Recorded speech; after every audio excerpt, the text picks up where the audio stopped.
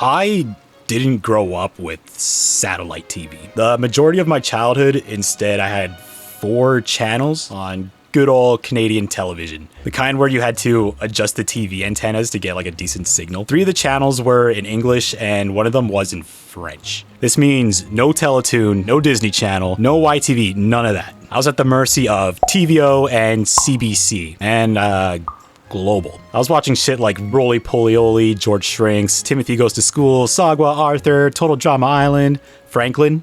Remember Franklin? He made a bit of a comeback. You get the idea. I think most of these aired in the States too. Then there were the shows that weren't really well known, like Yamroll and Chili Beach. Chili Beach was basically a Canadian version of South Park, and Yamroll was about a yam who drove a taxi and he wore a cowboy outfit. Yeah, that one was odd. Man, Canadian cartoons were all over the place. They were weird and off the wall, but at the same time, studios weren't limited to such like a one-dimensional template that we see today. Canada has this habit of reaching out to so many studios around the globe, outsourcing animation. And lucky for me, some of them made their way to the 4 channels, the 4-channel peasants.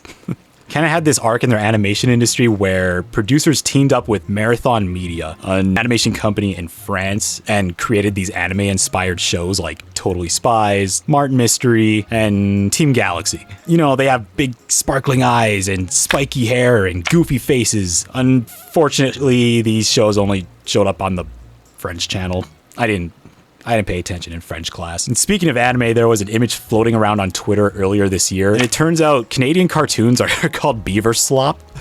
There are 2 shows that stood out to me on this list. One was Spider Riders and the other was Bakugan. Spider Riders never aired on Poor Man's TV, but we did get Bakugan. So I looked into it, and it turns out these anime were made in collaboration with Canadian production companies. Spider Riders started off as a novel written by Americans, and then TV show produced by Canadians by the company Cookie Jar Entertainment, the one that milked Johnny Test for over a decade, and animated by the Japanese studio B-Train.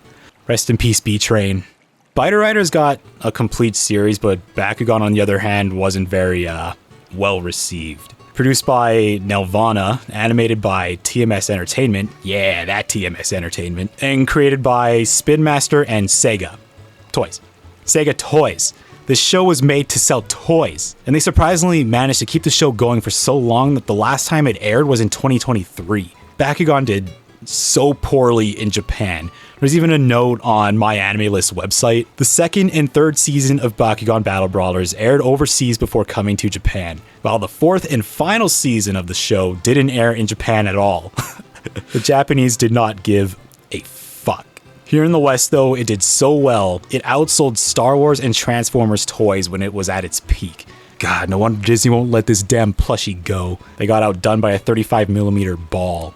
I think the most obscure shows I watched as a kid were Shoebox Zoo and Ace Lightning. These weren't cartoons, but a mix of live-action CGI. Shoebox Zoo was the one with the little girl who received a toy box of animals, and they all turned out to be wizards from like centuries ago or something. I guess she had to find like this legendary book to turn them all back into humans. And then Ace Lightning was a reverse isekai where characters from a PC game come to life after a boy's house got struck by lightning. Ironic. These shows were uncanny as hell. I only had one other friend who also grew up with 4 TV channels that knew of these shows. As for everyone else, nope. Never heard of it. And of course, what kind of proud Canadian would I be if I didn't bring up Reboot? Personally, I still think this is one of the best. No, it is. Reboot is one of the best, if not the best show ever to come out of this country. It was like this massive grand adventure traveling through computer networks made of bizarre shapes and these odd color combinations. And it was constructed with such limited technology as a 3D show in the late 90s. And had everything. Action, romance, character arcs, filler, and even a time skip. Unfortunately, it ended on a cliffhanger, and then it had a reboot many years later on Netflix, although to no one's surprise, it was abysmal dog shit. It gave me the complete anime experience before I even started watching anime. Holy shit, what a ride. It's a miracle we got Reboot for people who couldn't even afford satellite TV.